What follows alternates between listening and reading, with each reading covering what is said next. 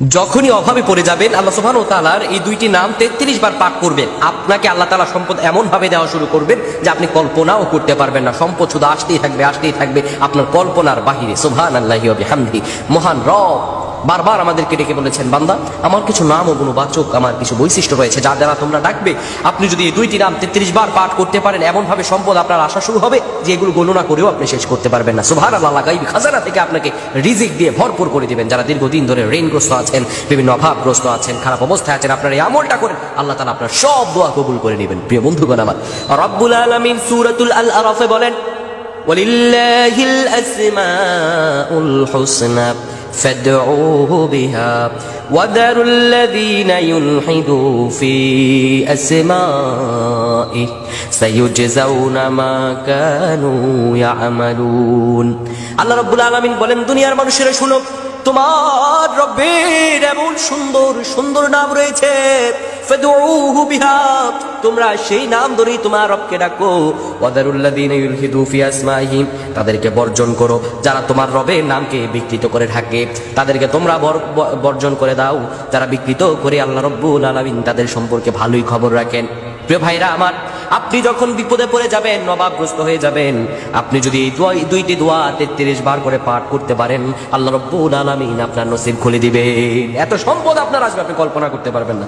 দুইটি দোয়া কি?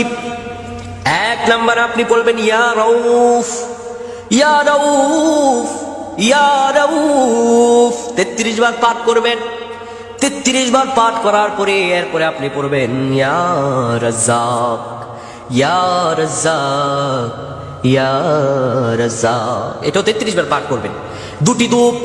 দুটি দোয়া আপনি 33 বার পাঠ করবেন। এক নম্বরে ইয়া রাউফ, দুই ইয়া রাজ্জাক ইয়া রাউফ ইয়া রাজ্জাক। এই দুইটি দোয়া যদি 33 বার আপনি পাঠ করতে পারেন, আল্লাহর উপর ইস্তেকামাত করে, রব্বুল আলামিন আপনাকে এমন পরিমাণে সম্পদ দিবেন, আল্লাহ নিয়ামত পেয়ে মস্তকটা নত হয়ে যাবে। সুবহানাল্লাহ। আল্লাহ নিয়ামত পেয়ে আপনার দিলটা খুশি হয়ে যাবে। আল্লাহ এই জন্য বলছেন, বান্দা হতাশ হবে না। ওয়ালা সাউফা ইউতিকা রাব্বুকা ফাতারদা, আর রব তোমাকে শীঘ্রই এত নিয়ামত দিবেন ফাতারদা, তুমি খুশি হয়ে যাবে, মস্তক নত হয়ে যাবে আপনার। এই জন্য ধৈর্য, আল্লাহ রব্বুল আলামিনের কাছে চাইতে হলে আপনার ধৈর্য ধারণ করে চাওয়া লাগবে। রব্বুল আলামিন আপনাকে সেইভাবে রহম দিয়ে ভরপুর করে দিবেন। আল্লাহ তাআলার কাছে আপনার সেইভাবে চাইতে হবে। মহান রবের কাছে যদি হৃদয়ের আকুতি ভরা চাওয়াটা আল্লাহ তাআলার কাছে চাইতে পারেন, আমার রব আপনাকে কবুল করতে দেরি করবেন না। আপনার রিজিক খুলে যাবে, আপনার বরকতে আপনি ভরপুর হয়ে উঠবেন, আপনার অন্তরটা প্রসারিত হয়ে যাবে ইনশাআল্লাহ। তাই আপনারা এই দুটি দোয়া পাঠ করবেন। আল্লাহ আমাদের প্রত্যেকে কবুল করুক। আমরা পড়ছি আল্লাহুম্মা আমিন।